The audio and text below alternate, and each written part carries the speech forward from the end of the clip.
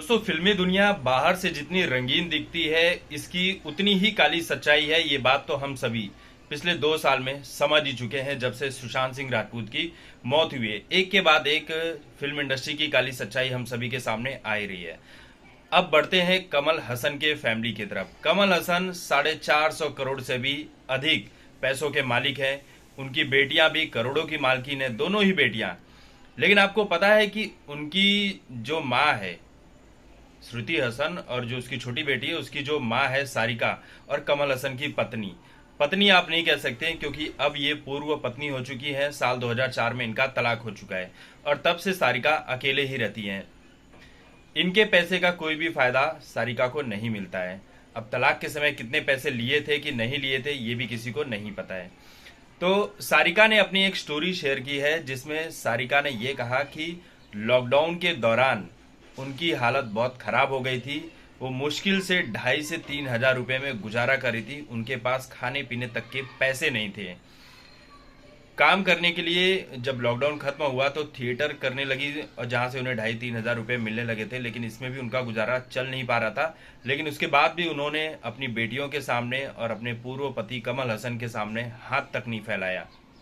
और वैसे आप देखेंगे कि कमल हसन मीडिया में बड़ी बड़ी बातें करते हैं, राजनीतिक पार्टियां खोलने की बात करते हैं, लेकिन अपने ही घर की, चाहे भले ही पूर्व पत्नी बन चुकी हो, लेकिन उसने दूसरी शादी तो नहीं की, उसको 1 रुपया तक नहीं देते हैं। सारिका की जो पूरी जिंदगी है ये तंग हाली में ही गुजरी है, बहुत ही बुरे दौर में गुजरी है।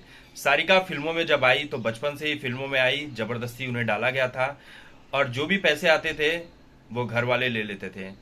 सारिका के जो पिता थे वो बचपन में ही घर छोड़कर कहीं पर चले गए थे, वो कभी लौट कर नहीं आए। तो जो भी पैसे आते थे सारिका की माँ रख लेती थी। बाद में जब बड़ी हुई तब भी यही हाल था, सारिका की माँ सारे पैसे रख लिया करती थी। बाद में सारिका जो है वो भागकर मुंबई चली आई, और जहां पर मुलाकात कमल हसन से होती है। कमल हसन के साथ कुछ फिल्मों में काम भी किया। धीरे धीरे दोनों में प्यार मोहब्बत बढ़ा और दोनों ने शादी कर ली। लेकिन शादी के पहले ही श्रुति हसन पैदा हो जाती है। श्रुति हसन के पैदा होने के बाद दोनों शादी करते हैं। फिर उसके बाद अक्षरा पैदा होती है। अब दोनों ही बेटियों के पैदा होने के बाद कमल हसन और सारिका में रिश्ते बिगड़ने लगते हैं।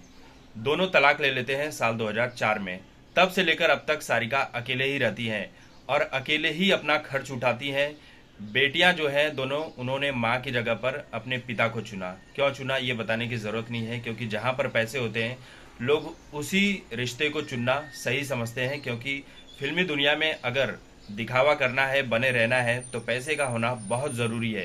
तो दोनों बेटियों ने अपने पिता को ही चुना, और कुछ खास तो नहीं कर पाए। श्रुति हसन ने तो कुछ फिल्मों में ठीक ठाक किया है साउथ में, और जो छोटी लड़की है उसने तो कुछ भी खास नहीं किया है।